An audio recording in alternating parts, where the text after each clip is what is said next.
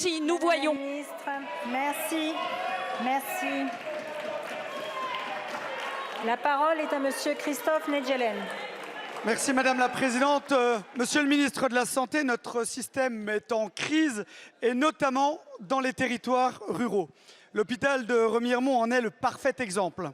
Malgré le manque de moyens, le manque de personnel, toutes les équipes de ce centre hospitalier que je connais bien sont extrêmement mobilisées et engagées auprès de leurs patients. À la suite de récents incidents, la crise que traverse cet hôpital s'est encore intensifiée. Si l'on peut regretter l'acharnement d'une avocate plus intéressée par la pub que par la quête de justice, ou encore le traitement médiatique de certaines émissions de télévision obsédées par l'audimat au détriment du débat contradictoire et constructif, Monsieur le ministre, c'est bien d'un manque de moyens dont nos hôpitaux publics souffrent. Il faut recruter plus de personnel.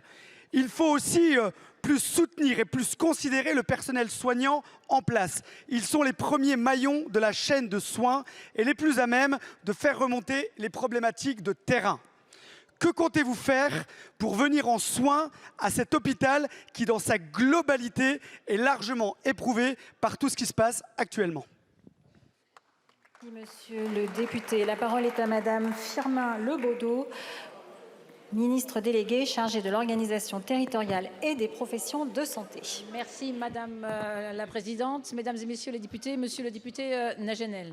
Oui, comme j'ai eu déjà l'occasion de le dire plusieurs fois, et Aurélien Rousseau, oui, les difficultés à l'hôpital sont bien réelles. Et oui, nous sommes quotidiennement mobilisés pour y apporter des réponses afin de garantir la qualité et la sécurité des soins.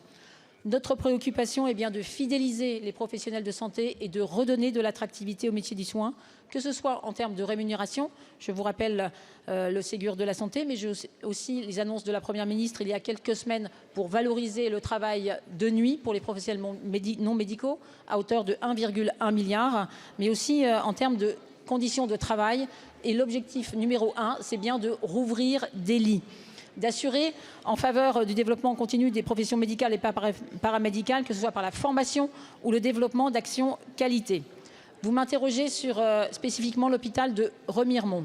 Nous suivons en lien avec les services de l'État cette situation compliquée de très près et vous avez eu raison de la souligner.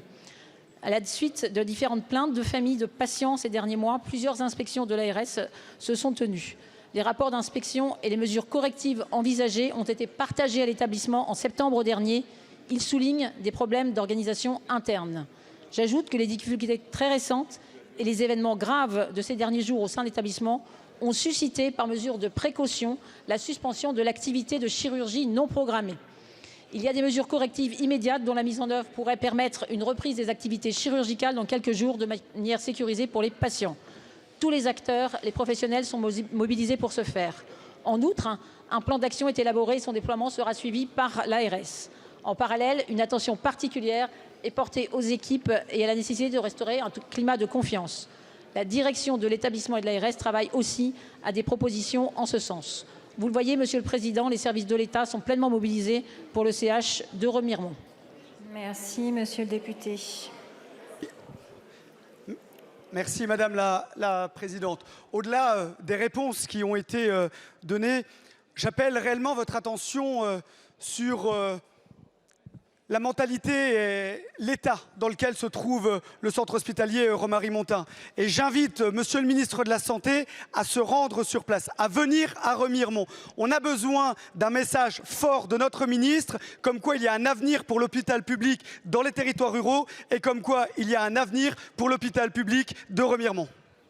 Merci, Monsieur le député. Avant de passer la parole à Monsieur Gernigon, je voudrais indiquer que lors de la prise de parole de Monsieur Jean-Paul Lecoq, le mot « assassin » a été prononcé, sans doute par Madame Parmentier, puisque ça a été inscrit par les services du compte-rendu, que ce mot n'a pas la place dans notre hémicycle et que donc j'en avertirai le bureau de l'Assemblée nationale qui mènera une investigation plus précise.